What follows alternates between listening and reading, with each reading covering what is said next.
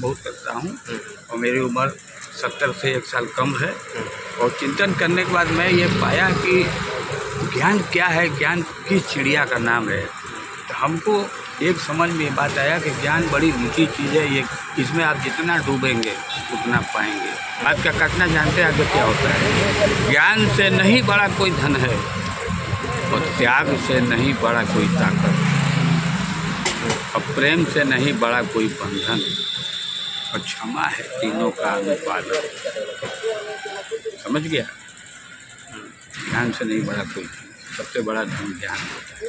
रुपया पैसा धन दौलत सोना चांदी हीरा मोती ये कुछ नहीं है।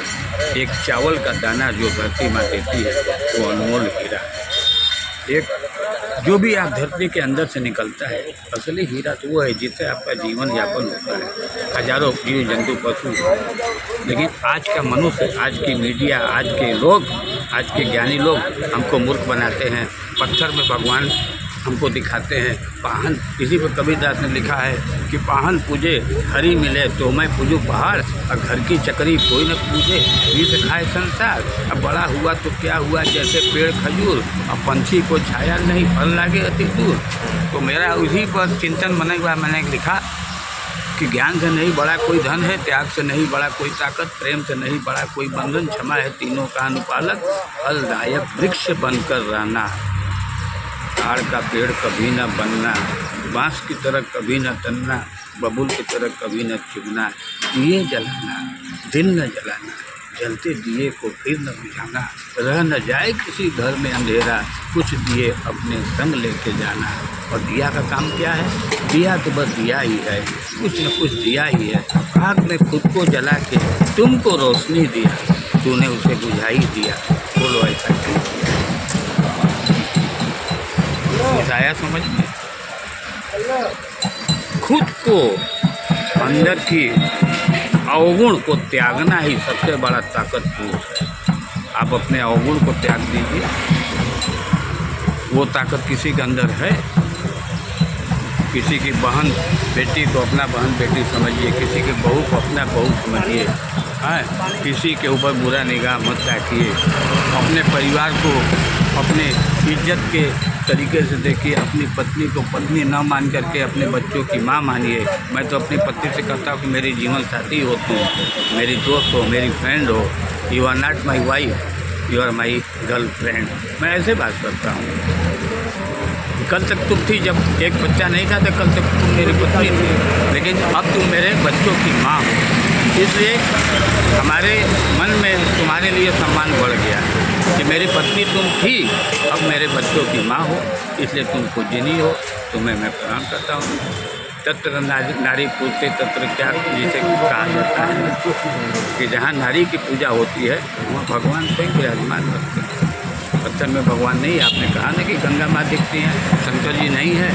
हम कभी कि ठीक है, शंकर जी हैं, कुछ भी है, हमारे लिए हमारे मनुष्यों का मैं जो भी लिखे हैं उसका खंडन नहीं करता। लेकिन हाँ, हम जो प्रत्यक्ष आँख से देखते हैं वही सच है। सूर्य देवता है, हाँ वो सच है, सूर्य देवता है वो सच है। और आज देखिए हम बिना पैसे का वो आपको जो है हवा मिल रहा है, बिना पैसे का आपसे बता रहे बिना हैं, आपसे बता रहे हैं कि जो जब हम साक्षात को मानने लगे, गंगा जी नहा के हम निखर गए। हमारा कायाकल्प हो गया, शुद्ध हो गया, शुद्ध हो गया, मन शुद्ध हो गया, तन शुद्ध हो गया, चेहरे बदल गए। बचन विगत 7 सालों में मेरे चेहरे बदल गए, वचन शुद्ध हो गया। एक फायदा जो साक्षात का मैं फायदा बता रहा हूँ। दूसरा, मैं लोगों को एहसास कराना चाहता हूँ अपने वीडियो के माध्यम से कि दूसरा फायदा साक्षात का दूसरा फायदा, मेरे घर का बिल आता था 5000, अब बिल आता है 300। क्यों? सूर्य देवता की वजह से। मेरे घर में 4 गाड़ी चलती है बैटरी वाली, मेरा कम से कम 10,000 रुपये महीना तेल का बचता है।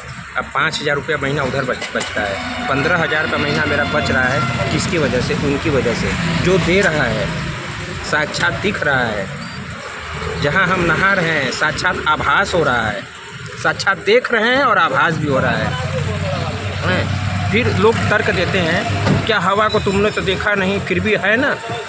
अब इसी तर्क में वितर्क अर्थ का अनर्थ बना करके और उसको व्यर्थ, जिंदगी व्यर्थ, अर्थ का अनर्थ बना करके ज़िंदगी व्यर्थ हो गया।